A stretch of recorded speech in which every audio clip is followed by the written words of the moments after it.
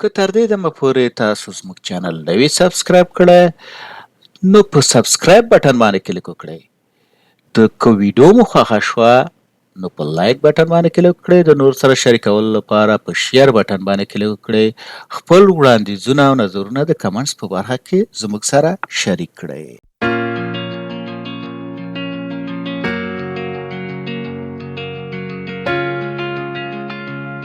اوس راځو ګورو که تاسو غواړئ چې مثال یو کالم یا سیلز مثال که جنډر وي دلته دا جنډر وي د میل او فیمیل سره او یا مثال ځواب ورکړئ یا نو سره مثال تاسو دلته ځواب کوئ.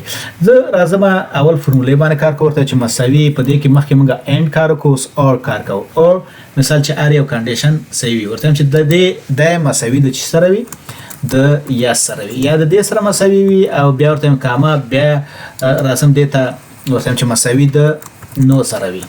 مثال ته لیکم چې نو تاسو کولای شئ 255 پورې دلته ارګومنت اضافه کوي مثال یا د کنډیشن ورته ورکړي چې مثال څومره دغه کیږي. خو زه دلته راځم دا دلته قوس په بندوم انټر کوم مثال دا به اوس چې فالس که دلته ورته لیکم چې یس مثال دا به چې شي ترو مثال دا اوس چې شو ترو.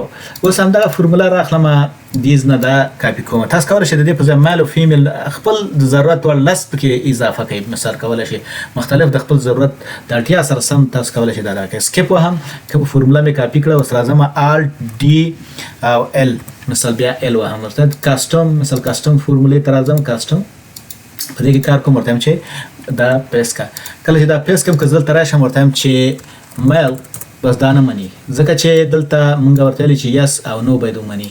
دا کنسل کوم ورته چې یس ګوره دا اوس مني ورته چې نو دا به مني ورته چې مثال فیمیل دا اوس نه مني مثال دا چې کوي دلته به تاسو میسج درکړي او ګورئ دا میسج درکړي مثال دا نه مني کنسل کوم.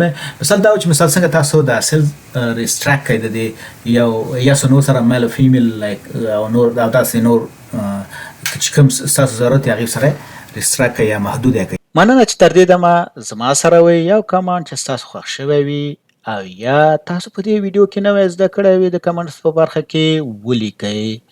دا ویډیو د نورو زده کوونکو سره هم شریکه کړئ تر څو هغوی هم ترېنه استفاده وکړي.